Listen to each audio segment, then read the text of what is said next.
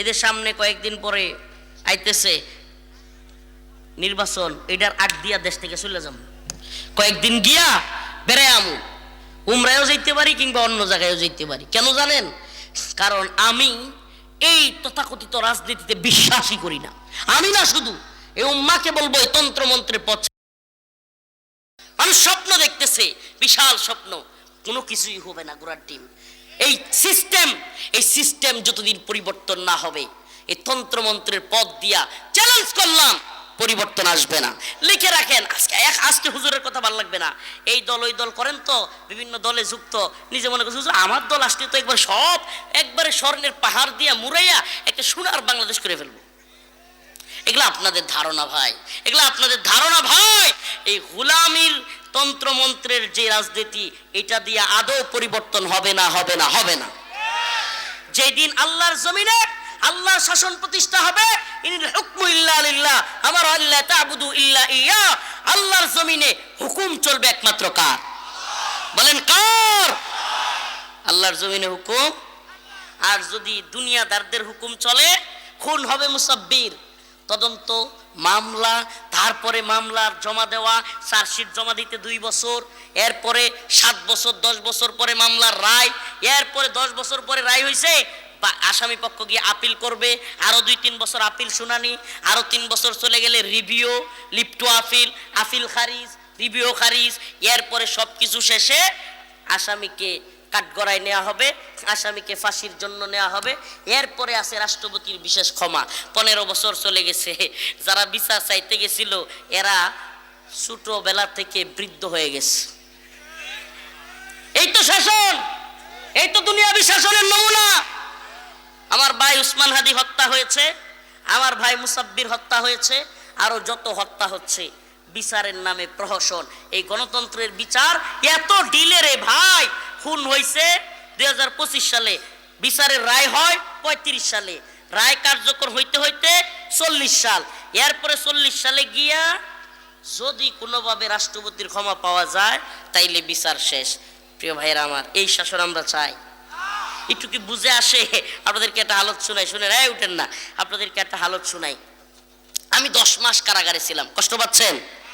আমি 10 মাস কারাগারে ছিলাম, 26 দিন রিমান্ডে। প্রথম দিকের কথা বলছি। হঠাৎ করে আমাকে নিয়ে আপনার কোর্টের মধ্যে তুলছে, হাজিরা দিতে গেছি। ওমা, আমি ওই সময় তো এত বুঝতাম না, মামলা এত অভিজ্ঞ ছিলাম না, জানতাম না। আমার একজন এসে বলতেছে পিপি কোর্টের মধ্যে, হুজুর আপনি কি দোষী না নির্দোষ? 10 মাস পরে, কয় মাস? আমি কি কয়? 10 মাস জেল খাটলাম, 26 দিন রিমান্ডে থাকলাম, এখন কয় দোষী না নির্দোষ? এটি কি কয়? তাইলে এতদিন যে আমি জেল কাটলাম এটা কই গেল? রিমান্ডে থাকলাম এটা কই গেল? ফাও। মানে আপনারা যারা আইনের বিষয়ে জানেন না, উকিলদের কাছে জানবেন, যারা মামলা চালায় এদের কাছে জানবেন। চার্জশিট দেওয়ার সময় জিজ্ঞেস করে আপনি দোষী না নির্দোষ। আরে ভাই, আপনি দোষী না নির্দোষ এটা যদি চার্জশিট দেওয়ার সময় জিজ্ঞেস করবেন, তা আমরা 10 মাস জেলে রাখলেন কেন? 26 দিন রিমান্ডে রাখছেন, ইচ্ছা মতো নির্যাতন করছেন, ইচ্ছা মতো আমাদেরকে আঘাত করছেন, এখন জিজ্ঞেস করেন দোষী না নির্দোষ। এই হলো এই তথাকথিত তাগুতি আইন।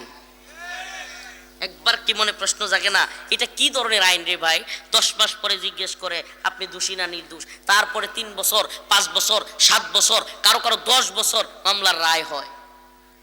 আমি এক কথা বলছিলাম বক্তব্য দিতে গিয়া, একটু মিস্টেক হয়েছে, ইচ্ছা করে বলি নাই, সিরিয়াসলি বললাম যে আল্লাহর বিরুদ্ধে গেলে চেয়ারম্যান মানি না, ইসলামের বিরুদ্ধে গেলে, কোরআনের বিরুদ্ধে গেলে উপজেলা চেয়ারম্যান মানি না, আল্লাহর বিরুদ্ধে ইসলামের বিরুদ্ধে গেলে, কোরআনের বিরুদ্ধে গেলে এমপি মানি না, মন্ত্রী মানি না, প্রধানমন্ত্রী মানি না, রাষ্ট্রপতি মানি না, যদি আল্লাহ এবং রসুলের কোরআনের বিরুদ্ধে যায়। শর্ত কি ছিল? আল্লাহ এবং রসুলের বিরুদ্ধে গেলে।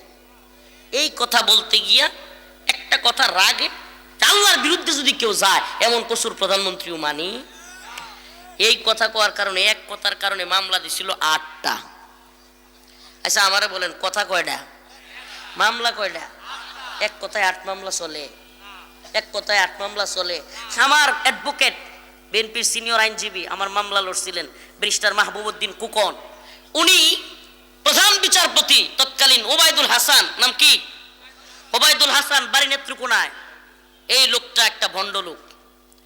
এই লোক ওনাকে জিজ্ঞেস করছে আমাদের উকিল মাহবুবউদ্দিন কুকন সাহেব, মাই লর্ড, আমার মক্কেল একটা কথা বলেছে। কয়টা? একটা কথার কারণে মামলা হবে, একটা মামলা হয়েছে 8টা। এটা কিভাবে সম্ভব মাই লর্ড? আবার একই কথার কারণে যদি একই আইনে মামলা হয়, একই ধারা হয়, সবকিছু যদি একই রকম হয়, তাইলে আপনি 4টা জামিন দিলেন আর 4টা জামিন দিবেন না, এটা কিভাবে হয়? এই বিচারপতি আওয়ামী লীগের কি কয় জানেন? কয় কিছু করার নাই, যা দিছি দিছি। পুরো সন্ত্রাসের রাজত্ব।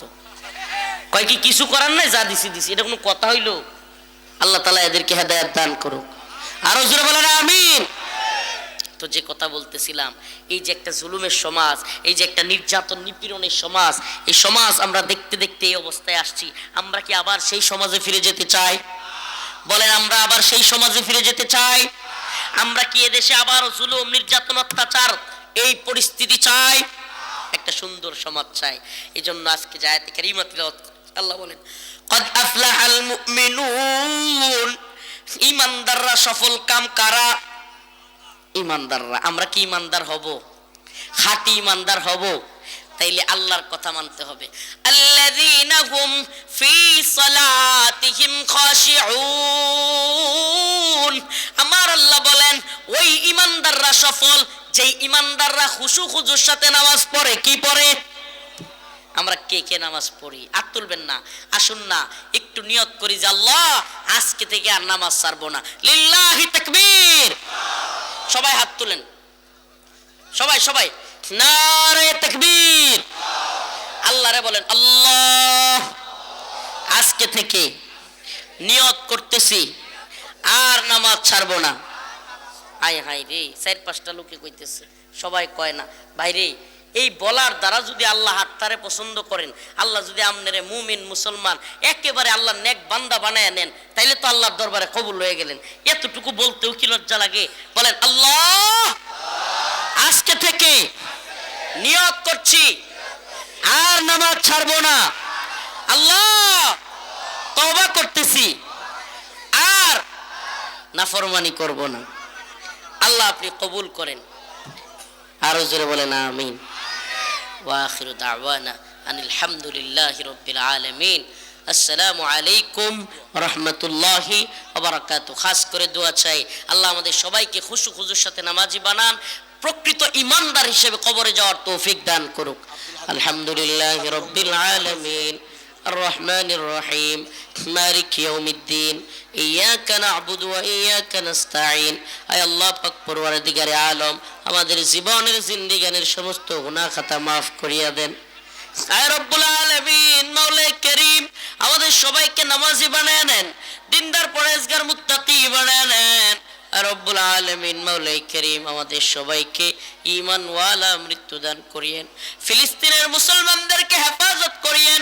Bosnia, Chechnya, Mali, Somalia, Yemen, Afghan, Uyghur, Kashmir, Arakan সমস্ত ভূখণ্ডের মুসলমানদেরকে হেফাজত করিয়েন রব্বুল আলামিন মাওলাই করিম। আল্লাহ আমাদের মধ্যে যাদের বাবা নাই, অনেকের মা নাই, তাদের সকলের মা বাবার কবরকে জান্নাতের বাগান বানায়া দিয়েন। আল্লাহ আমাদের সবাইকে সহি সালামতে ঈমানের সাথে মৃত্যু দান করিয়েন। অসুস্থদেরকে সুস্থতা দান করিয়েন। ঋণগ্রস্তদের ঋণ পরিশোধ করার তৌফিক দান করিয়েন। সুবহানা রাব্বিকা রব্বিল ইজ্জাতি আম্মা ইয়াসিফুন। আয় আল্লাহ উত্তর নারীবাড়ি কেন্দ্রীয় কবরস্থানে যারা শুয়ে আছে প্রত্যেক কবরবাসীর কবরকে জান্নাতের বাগান বানায়া দিয়েন রব্বুল আলামিন মাওলাই করিম। আল্লাহ আমাদের সবাইকে ঈমানের সাথে মৃত্যু দিয়েন। সুবহানা রাব্বিকা রব্বিল ইজ্জাতি আম্মা ইয়াসিফুন ওয়া সালামুন আলাল মুরসালিন আলহামদুলিল্লাহি রাব্বিল আলামিন।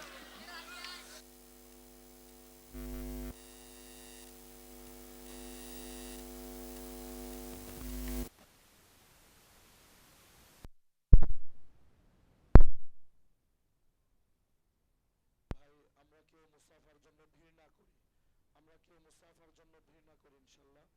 হুজুরের কাছ থেকে একটু যাওয়ার রাস্তা করে দিই, একটু অফিস পর্যন্ত যাওয়ার রাস্তা করে দিই ভাই ইনশাল্লাহ। যারা দূর দূরান্ত থেকে এসেছেন তাদেরকে ধন্যবাদ জ্ঞাপন করে এ পর্যায়ে সমাপনী ভাষণ দিবেন আজকে সভার সম্মানিত সভাপতি জনাব আলহাজ মোহাম্মদ বয়জউদ্দিন প্রাং। জনাব আলহাজ মোহাম্মদ বয়জউদ্দিন প্রাং।